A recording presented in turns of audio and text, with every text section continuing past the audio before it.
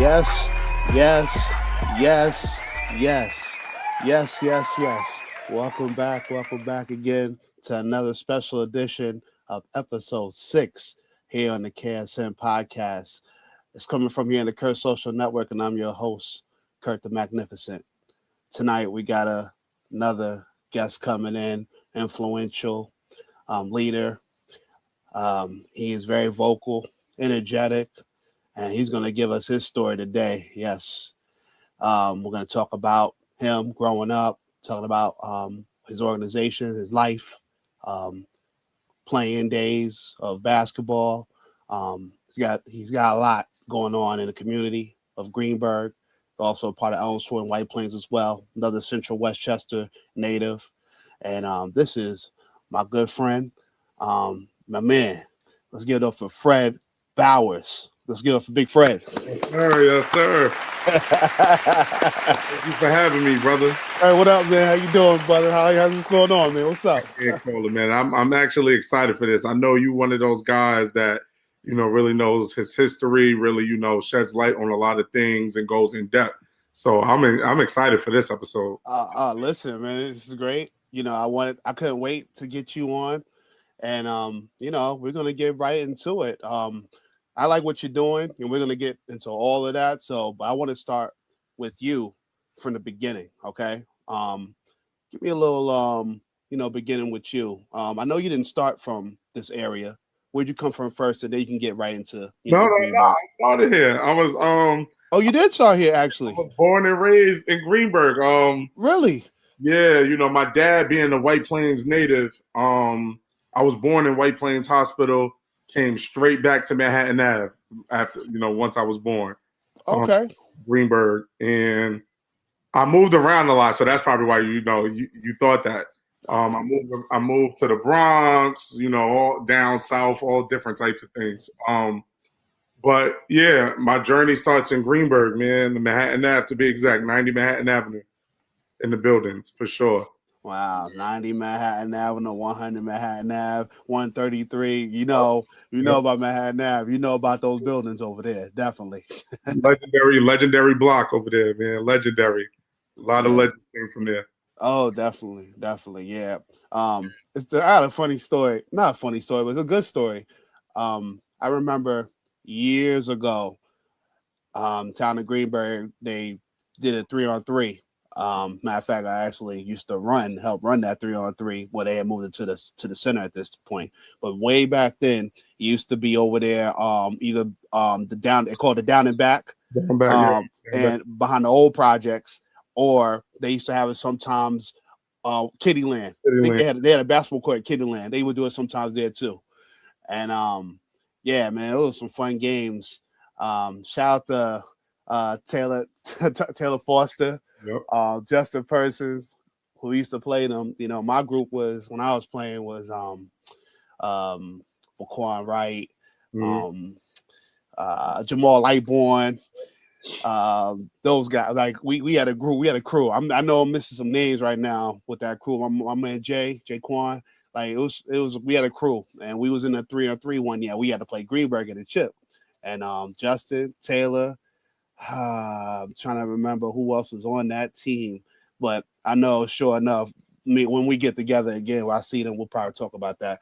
But those are some good games, and those are a lot of other kids that we used to play against. Dave Boykins, back then, like we was playing against him, it was just a lot of different guys we was playing against. Talking about it because it's like I remember when I was younger, I tried to be in it. The one that it was specifically at Kittyland. I think I had probably just missed the age restriction or whatever at that point. But I was supposed to team up on, God bless, on Jackie's team.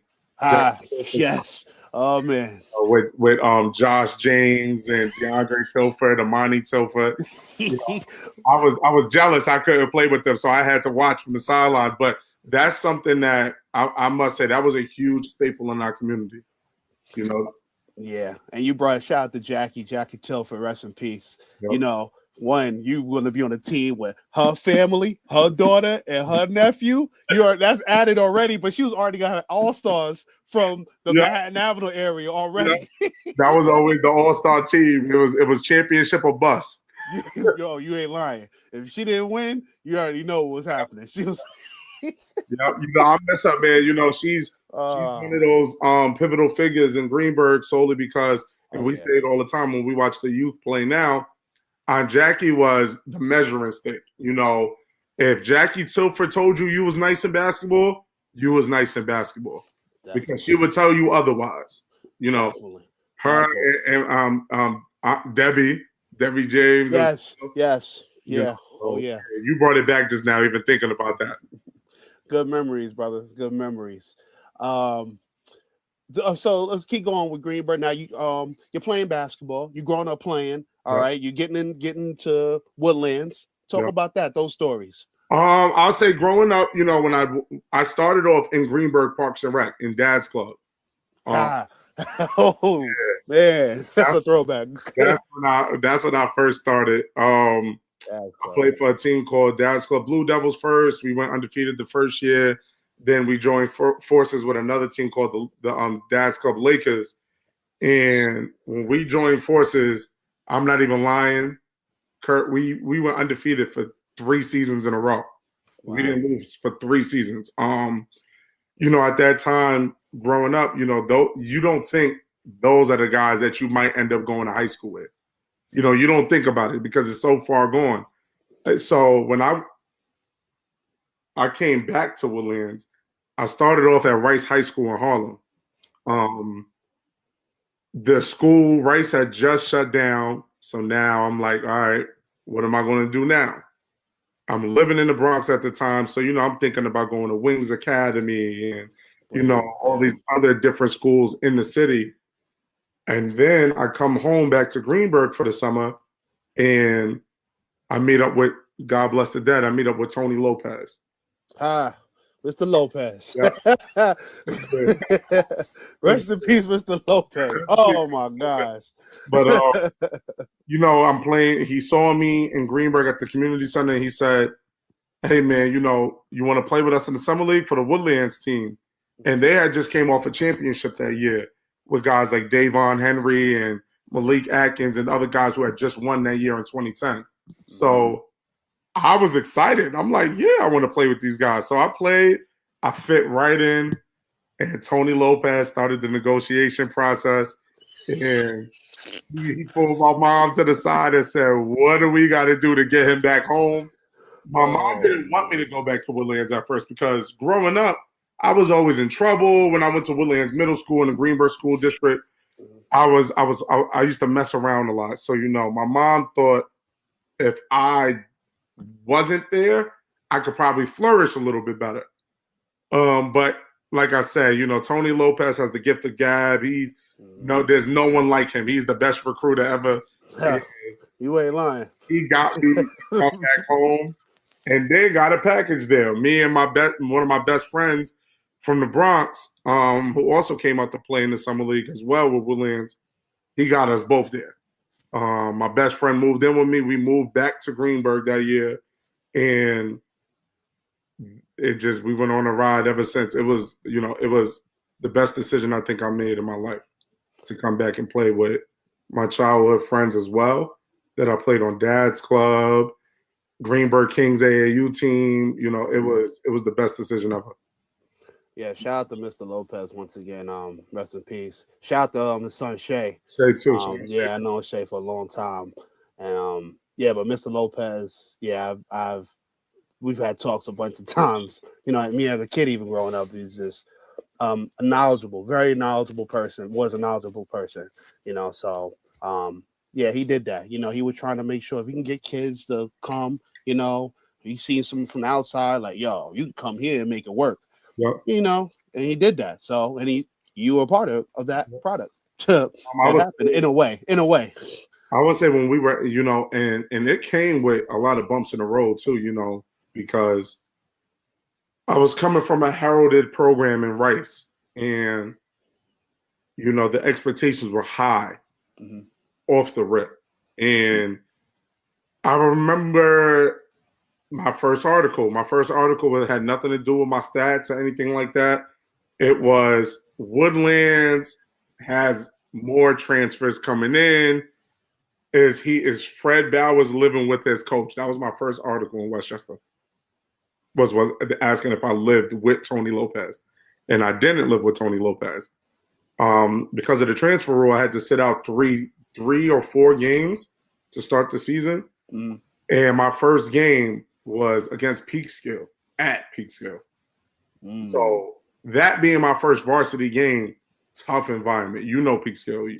Yeah. Yes. Tough environment. As soon as I walked in the building, I had no idea. I had no expectation for Peekskill. I didn't even think Black people lived in Peekskill. You're surprised. And in the gym, you know, I had older guys, old grown men saying to me, "Hey, you that boy from Race?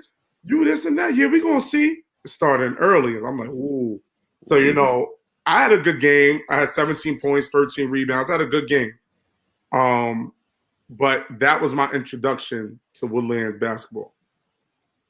Now, after finishing, going through Woodlands and going through the high school career, finishing out, and you getting ready to get yourself going to college, how was that, you know, transpiring? So I was so let me the recruiting process was a struggle because I didn't have any good grades. I'm not gonna lie. My grade point average was not where it needed to be. So all the Division I schools that I did have, you know, the Ionas, the Sacred Hearts, the Binghamton, they all basically hung the phone up once they heard my GPA.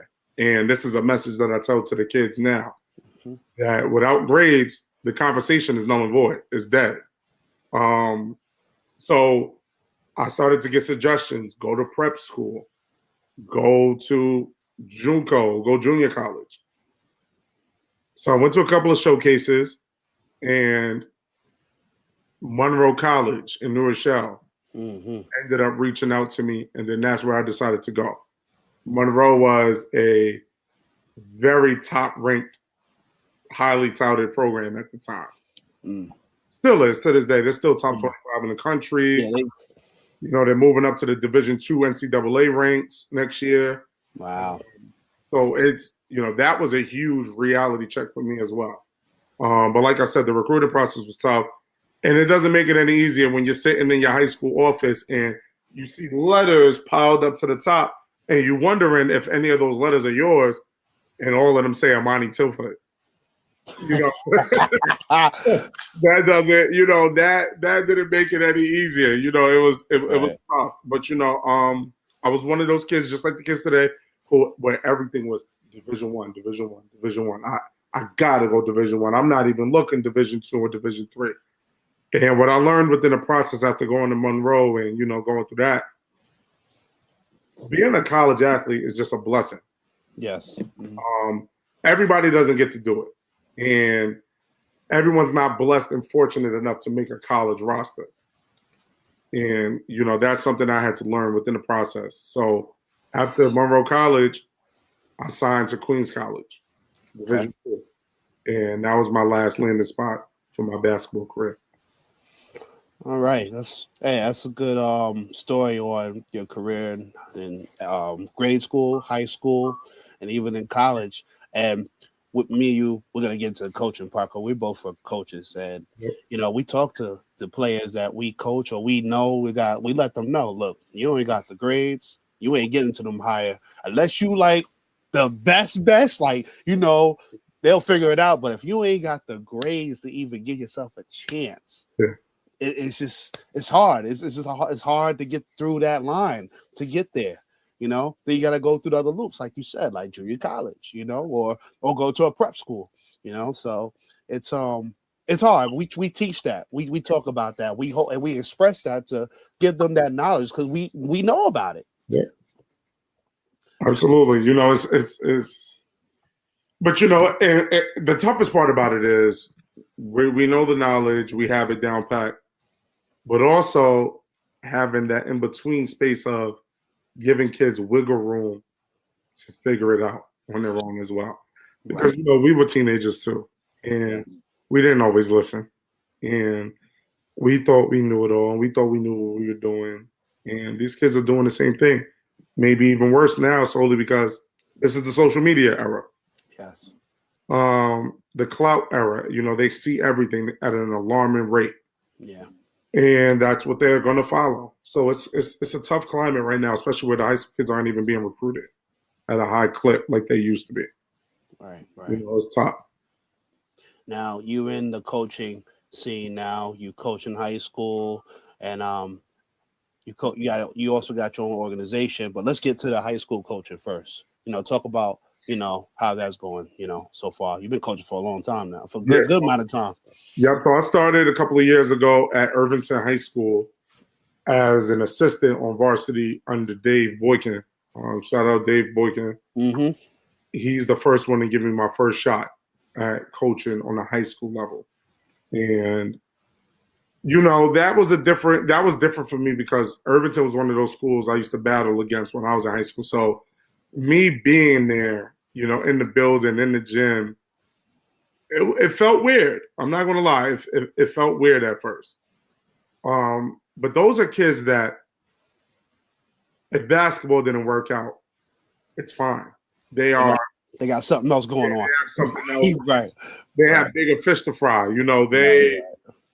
Their parents are doctors, lawyers, well-off individuals that are goal-driven, and they have instilled that in their kids. Whereas now when I transfer over and I leave Irvington and I'm at Alexander Hamilton High School now, we try to push to the kids, athletics can change your life to where it can get you into the door at these colleges, universities, and you can make something off of that. Where, like I said, Irvington was different, but I love the kids at Alexander Hamilton. I started off there as a substitute teacher. So, and I always have a funny story for the kids. Shout out Anderson Diaz, one of the top ranked players. Let me tell you something. That kid there, I coached him in JV. He was an 8th grader. Yeah, he was 8th grade. I coached him in JV. Go ahead. I'm sorry. I don't want to. Yeah. It's like, it's crazy seeing where he's at now solely because my first year being a substitute teacher, I was his substitute teacher.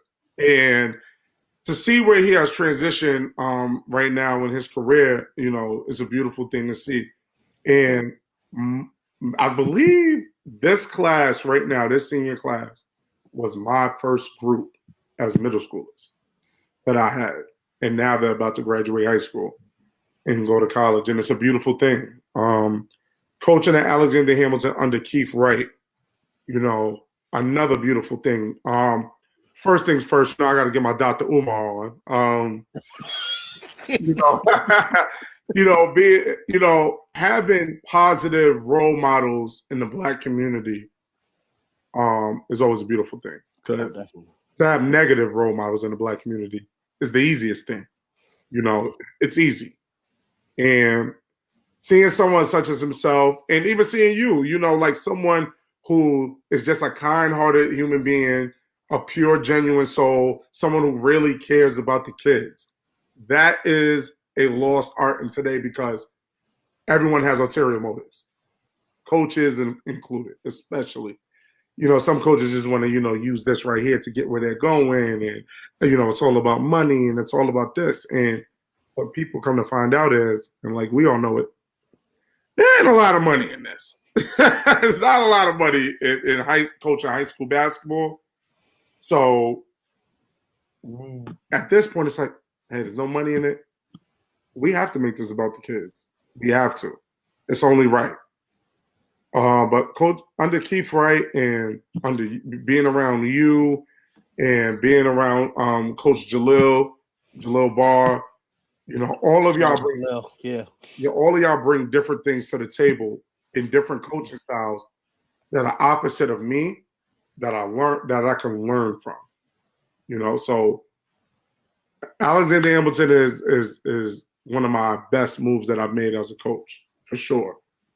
Now, but I love to someday coach my alma mater. We'll see for sure. That's always a beautiful thing, considering you, Jalil, and Keith are all Hamilton alumni. Yeah. You know, so that's, me being the Woodlands guy in the mix is always funny too. Yeah, it has to be hard for you because you with us, us and I mean Hamilton. Then you play against Woodlands. I don't know how you do it, but you do it, man. I gotta give it to you because I don't know if I could have been on the other side. Yeah, it's tough. Those kids, if Woodlands beats us, those kids tease me, and it's all funny games. I love them dearly. Yeah. They love me, Yeah. but it's tough.